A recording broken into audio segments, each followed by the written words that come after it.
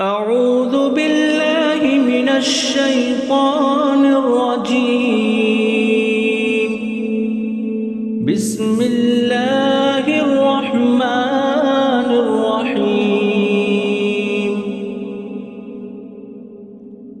ألهاكم التكاثر حتى زرتم المقابر